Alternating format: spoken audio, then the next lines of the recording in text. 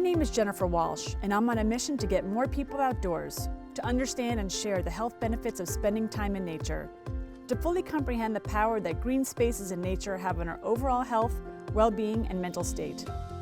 We decided to film the entire season at the beautiful wellness community, Serenbe. Their mission is to live and work in harmony with nature, connecting people to nature and each other, so choosing to film in this beautiful place was a perfect fit in every way. The conversations on my walk are open and lively. We speak to a cross-section of industry leaders, people with varied backgrounds, yet all share how their connections and time spent in nature have shaped their life and their work. Join me on a walk with Walsh. This season made possible by Mother Dirt, good bacteria for great skin. Hi, I'm Jennifer Walsh. Welcome to this week's episode of A Walk with Walsh, where I'm with the lovely Danny Co. Hi, thanks for having me. Thank you so much for being here at the beautiful Serenbe. Oh, of course. Thrilled that you made it. I like how you say it. Oh. I always say Serenbe. You're like Serenbe. Serenbe, yes. It's very melodic, isn't it? I like emphasizing B. Okay, good. Me too. Well, let's go for a walk. I want to talk to you about everything you're doing, not only just here at Serenbe, but you're kind of everywhere. Not by choice. Well, I have been following you for years, and I promise it's not in a stalkerish way, but I have been such a big fan of your work and your magazine, Naturally Danny Co. Can you tell us a little bit about what you're doing right now? I know it's a lot, though. That's a lot, because I know you have so many different projects you're working on. At this moment, it's nice to be back at Serenbe. I actually filmed season 3 of my TV show here. Oh. So I lived in this community for about 2.5 months. Okay. And felt sort of like what it meant to be a resident of this amazing community. Sure. But it's nice to be back and not filming the TV show because we decided to take a hiatus from filming. And sort of, this is where I sort of talk about in life where it's so important you need to pivot. Yes. And understand those moments where you need to pivot and move a different direction. And, you know, for me, it was a very deliberate choice to pivot away from the show on NBC. Yes. And to sort of pivot where I think the audience is going. Sure. And what is that answer? I don't know. But that's okay. You figure it out as you go, correct? You figure it out as you go, and you hope for the best. And if you make a mistake, at least you took the risk. I completely agree with you, and I think more people should take those kind of risks and do a pivot and not worry so much about what that outcome might be and just kind of enjoy the experience and the ride. Yeah, the only time I want someone to worry about their choices is like if they're doing surgery on me.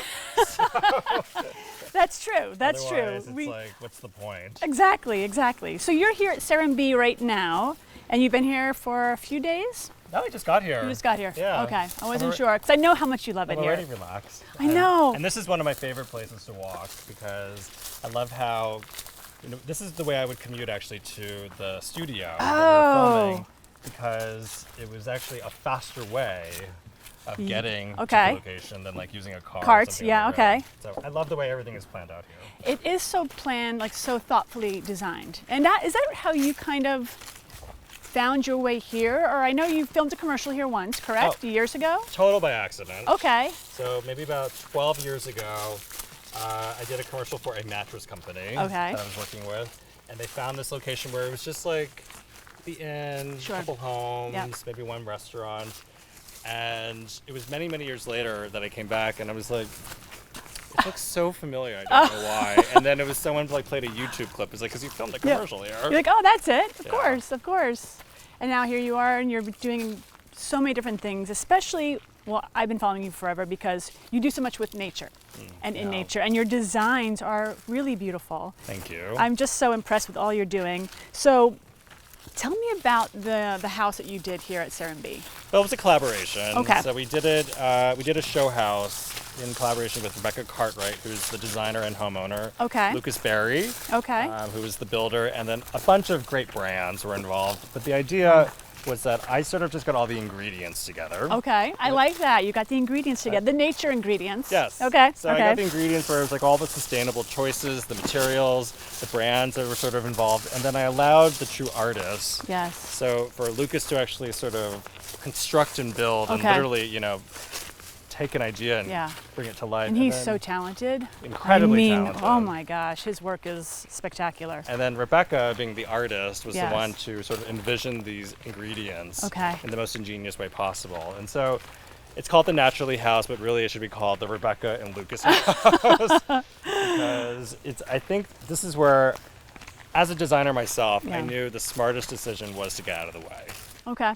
And if the end result is that you want the best and the finest, sometimes you have to make that choice and go, that means maybe exiting. Of course, the whole absolutely. process. That's a smart and probably hard decision too. No, it was easy. No? Less work. Okay. I like that too. Well, I kind of know a lot about your background because I kind of know you, but can you tell us how you really got started in what you're doing? It's been so long. Now, when I think you're so about young it, though. We're so young. 30 years now I've been doing this. Really? Which sounds crazy. Trust me, I understand completely. But I started when I was 12. Okay. 12 years old. Yes. And I have the same birthday as Earth Day. Okay. And so, which is a very unusual day because it's not really a festive holiday. No. Especially in 1989, it wasn't really like a celebratory day. It was kind of political and very divisive. And as a child, I was so scared of what was happening in the world that I started an environmental organization for kids. And at first it was supposed to be this cute thing where you just planted trees and and picked up trash. But then I grew it into like an organization with lawyers and and lobbyists, and we were actually like a strong political force. At what age was this? I was like 14, 15. Oh my gosh. Failing out of high school, never going to my classes, growing this organization, raising money, launching campaigns.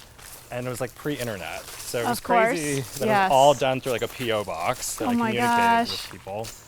And then when I dropped out of high school, that's when I realized I was like, well, I need a job. I got to pay my bills somehow. I got to live somewhere.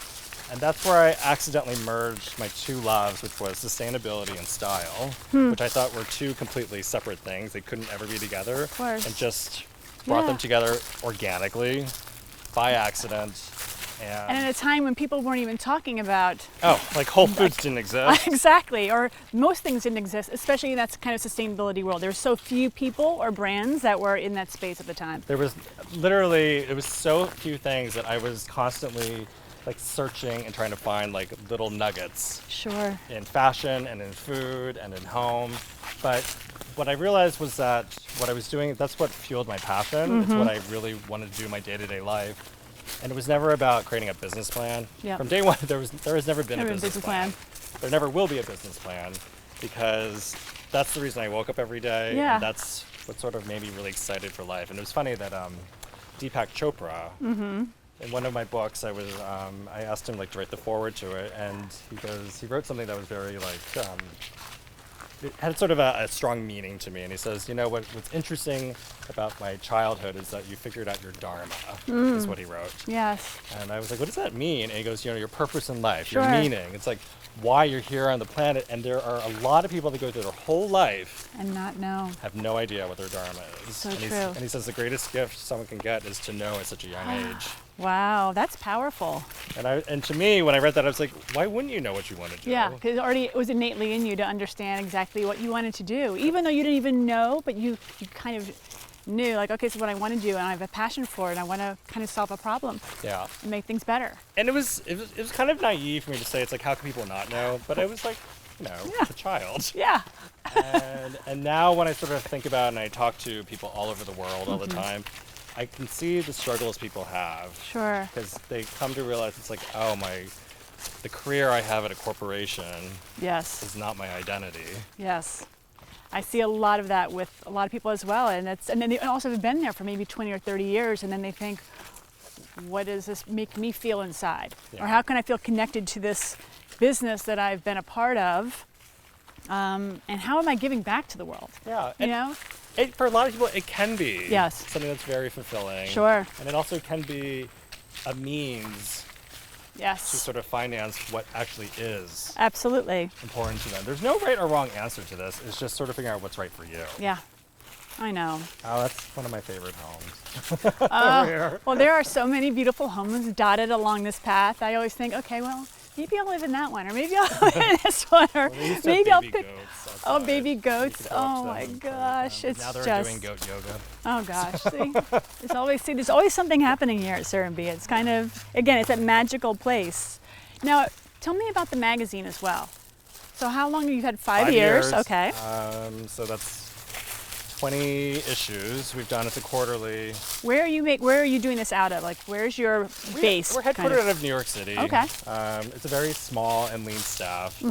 And I created it 5 years ago, again, not as a business model whatsoever. It was more like I woke up one morning and was like, there really is no beautiful magazine about sustainability and style. Yes, and you're right. there were a few that had tried and failed. I even worked at some of them. Oh, did you? And having worked at these publications, I was like, I understand why people think print is so unpopular and unprofitable, because there was just so much overhead. I saw so much waste, and I said I can cut all of that. Yeah. But at the same time, it's like for the consumer base, where everyone's saying they're not reading print magazines, when you looked at what was out there, they were getting thinner, cheaper paper stock with bad content. Why would you pay for that? Of course. So I said, let's just go in the opposite direction. Let's do more content, all original content. And beautiful content. Thank you. Because you have that eye, so you kind of know what's lovely to look at. Good paper. Yeah. We'll make it big. Yes. And we'll make it something where people actually look forward to getting it. And at the end of the day, it was about delivering content that was useful to them. Yeah. And so it was like vetted recipes and great health stories and beautiful destinations, and then investing in top writers and fine arts photographers to document everything. Sure. And it's been, I think, a hit. So. I have enjoyed reading it, and I think it is so beautifully done. So it's fun. Yeah. It's a lot of fun. Well, are you spending a lot of your time doing that now? Is that most of your time, or because again, like you have so many projects, I don't even know how you honestly, juggle them all. The most amount of time I spend on something is sleeping. And I know it sounds No, that's a good thing. snarky. I think. Well, no, you know what? Hello, we're in the wellness space. I think most people don't sleep, and I think they'd be, a little jealous if you can sleep more than the average. So, can you give me some tips, maybe? Well, I'm a big believer that, your quality of life is so important, and so I won't actually sacrifice sleeping less than 8 hours a night. Oh, that's so lovely. Because I think it impacts everything else in your life when you're sleep deprived. I completely agree with you. Yeah. So that is where I spend most of my time, but everything else just sort of. This way. I think you would be really shocked that I spend very little time actually working every day. Okay. Because I'm a big believer in the quality of things that are produced, not how hard you worked on something. Well, you've also been working for a long time, so you kind of already know your own patterns and paths and how to kind of do it well and healthy. And avoid the noise. I mean, I think in our company, it's like there's no meetings. Yeah. There's no reports that have to be filed. There's no statuses. There's no job reviews, performance reviews, because I find all of that to be very wasteful. And exhausting. Exhausting. That's like the biggest culprit of time, and some people get so frustrated just like sitting in these rooms for hours and hours saying, well, I just wasted 6 hours in a meeting that I could have done. And it's humiliating. It's like you've earned a spot to actually create something beautiful, so just go create. Go create. And then if for a lot of people that idea, they're like, oh, it's all that matters is what we produce. Yeah. And if that scares them, then it's not the right environment for them, because it's like. That's true. That's really, really true. Make beautiful TV segments, gorgeous product, beautiful photo shoots. Yes. Well, what are you creating? Because I know you also have a line of products at, is it Target? No, Home Goods. With the Home Goods and Marshalls. And TJ Maxx, and we've got a new medium on television where we'll be selling green and natural skincare and beauty products. That's just up my alley. But it's just fun. I love that. Yes, oh absolutely. I could talk to you about like a whole other day about that, but that'll be something else. We'll talk about that later. So much variety now. Yeah, I know. But also a lot of products that don't really pass. No, and they're called like greenwashing, right? Like everyone's greenwashing everything, that it's so natural and so healthy, and they're just slapping. Yeah. I gotta tell you, it was tough finding products because also you wanted things that worked. Yes. And to find that balance of things that were maybe, say, certified organic and actually were efficacious and promised something, and it was different. It was like I was almost asking for like a unicorn. But we found them. Yeah, there are a few, and they're getting better and better. It's just because I've been in the space of beauty for 20 years, so it's kind of I'm very picky about what I'm using and how it's coming to be. And I'm really loving to find these new brands that are using the medicinal herbs, but also being smart about how they're using their packaging and everything else. It's just, it has to all make sense. And I know this is sponsored by Mother Dirt. Yes. But I did want to say, and I get that, but I actually am, and I have nothing to do with that, but I love the products. I use Mother Dirt. They're great. I think the probiotic spray is fantastic. It's fantastic. So and it's ingenious, right? It's another way of having a conversation around how we're using product and activating our biome that's a natural part of our body. So, yeah. I'm all about probiotics. Yeah, so. I am too. Oh, look at the spider. Is that a spider right there? Look at this. Oh, see, that's fascinating. That is whatever that creature is. Well, it's a spider, obviously, but wow. See, you never know what you're going to find in the woods. But again, it's beautiful. I feel like I could have walked right into it. I know. I'm glad you didn't walk into that. So what else do you have going on? Oh, I mean, there's fun things. We're trying to create content for new books. How many books do you have? Because I thought you have 10 books.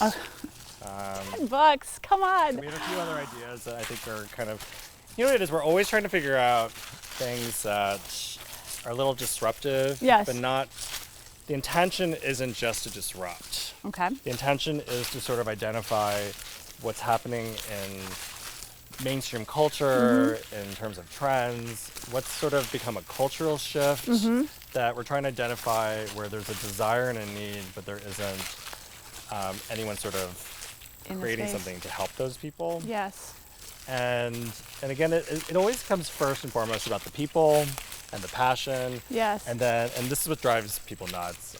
And then profits are last. Yes. So I can't even tell you how many times we've worked on a program, and we got to a final stage, and it's finally like, okay, but it's too expensive now to bring this to market. And I'm like, well, we'll just take our cut out of it. Yeah. And I think for a lot of people in business, it's like, well, why wouldn't you want to get paid? And they go, we will. Yes. But at first, it's like, I'm more about trying to deliver. I get it. And I think more people need to think that way, and they're not used to thinking that way, because I understand that wholeheartedly. It's like, I believe in this so much that I want to make sure this goes out to the universe. Yeah. And you'll get it back, in whatever way. It will come back through whatever means. And I know it sounds like cosmic and, yeah, kind of flighty and stupid. No, I don't think so at all. But it's at the end of the day, it's like you just have to be proud of what you're doing. Yes. And and happiness and joy. There is a value you can put. Oh my God, I'm so glad you say that, Danny. There is such a value to that, because there's so much of that that's lacking in today's world. There's so much, loneliness and unhappiness across the board. So when you kind of are able to put yourself out there in the way that you are right now, it's pretty powerful and impactful. I think it's really special. Yeah, I think so. I'll just keep telling you, I think it's pretty special. So what's the book you're working on now then?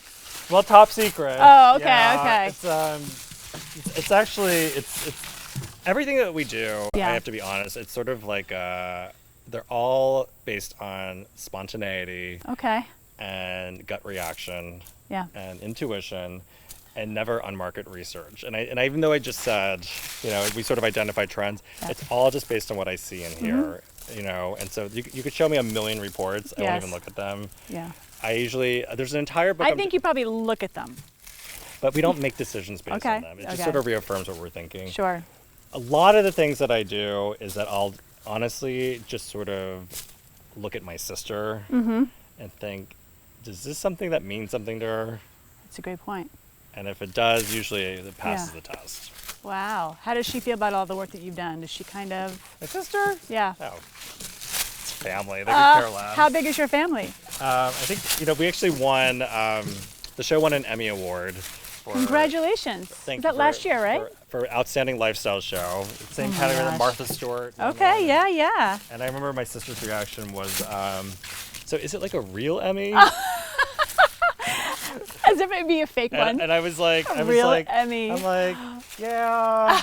Kind of. There's only one Emmy. I think, I think she was thinking of sort of like, like an honorary. Sure, an honorary member. I'm not dead. That is family, isn't it?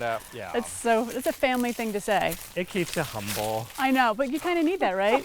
Especially when you're in the business you're in and creating all this stuff. You have to keep things that will always keep you grounded in your life. Yeah, it's all good. I think it's important. I think the best rule I can share with someone is never take anything you do seriously. I know. Unless it's surgery. Yes, unless it's surgery, and that's why I think it's like, even like being here and having you like come and do this talk with me and walk with me so I can learn more about what you're doing. And also, again, like I told you, I just want to share stories of people that are doing impactful things with nature and in nature. And to me, that's a space I want to be in. Well, speaking of nature, I will tell you, this is actually where we get a lot of great ideas. And what I mean is like very specific ideas. Okay. Where we come up with color palettes and textures. Yes. And there's a science behind all this, is that in the human race, is that we all identify the perfect colors, for example, something visual, to be found in nature. Because when you look at this shade of yellow or green, that when you color match that to like a shade of paint for your home, it's not off to anyone else because it's actually a color that they naturally recognize to be perfect. Wow. And so I actually recommend to people as a designer, it's like, go into your garden or into the forest and find a color you love and use that as your paint color. I love that. Because those chips on the wall. No, it means nothing. You're right. This is where the inspiration has always come from for me in terms of like business and beauty and the brands I've worked with and my entire life as an entrepreneur. I always feel like, okay, nature's always been like the backbone of where all the ideas come from, which is kind of funny how it gets here. Oh my God, we walked so many steps. I know we did, didn't we? I didn't even realize that. I know. We're at the other side of Serenbe now. Which is wonderful. So where can people find you right now? Obviously on social media. Okay. What's your handle? There's too many, but just search my name, Danny CO. Okay, that's where that's Instagram, like my new Twitter, New and everywhere Year's else? resolution is to consolidate all of them somehow. Wonderful. And then on the NBC platform, you can watch all of our TV shows and the magazines on newsstands everywhere. Find it at Barnes & Noble, you said? And Barnes & Noble, CVS, Target, Whole Foods, Sprouts. Okay.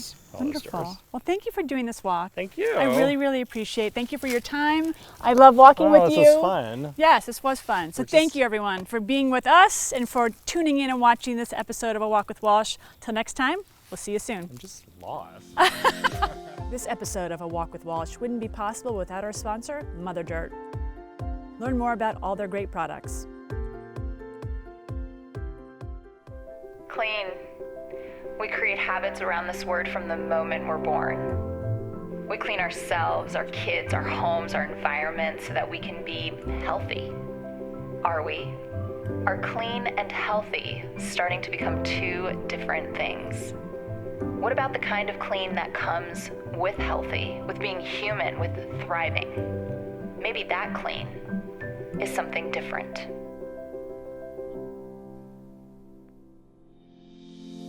And I want to thank our season partners, the Inn at Serenbe and Igni Productions.